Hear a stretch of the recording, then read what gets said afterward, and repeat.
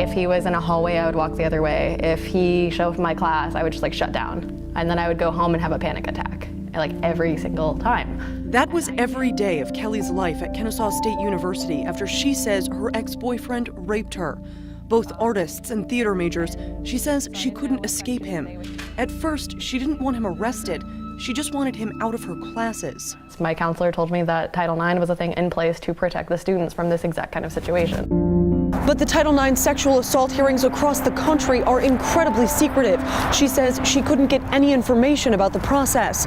For the next 6 months, she lived in the shadows of Title IX. None of them really knew what they were walking into. I didn't know what they were walking into.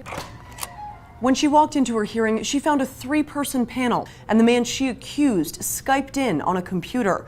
Basically, the only guidance she was given was to find other women this man had allegedly assaulted. So she did. The panel just seemed like they didn't care. It was very nonchalant. They didn't have any questions for me. Ultimately, she found 5 people to testify about his alleged pattern of behavior, but it wasn't enough. The panel found him not responsible in the investigation and the appeal. To read the response of what they said and why they made their decision, I don't know, it just made me sick. But it's not just victims who have a problem with the Title IX hearings. Advocates of people accused of sexual assault say the system is broken as well.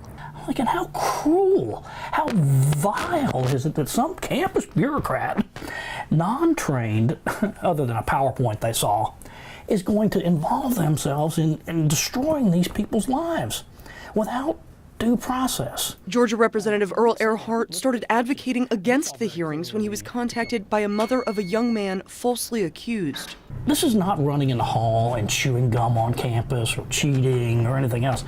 You accuse somebody of sexual assault, that's a criminal act. And that's exactly where he thinks it belongs, in the criminal court.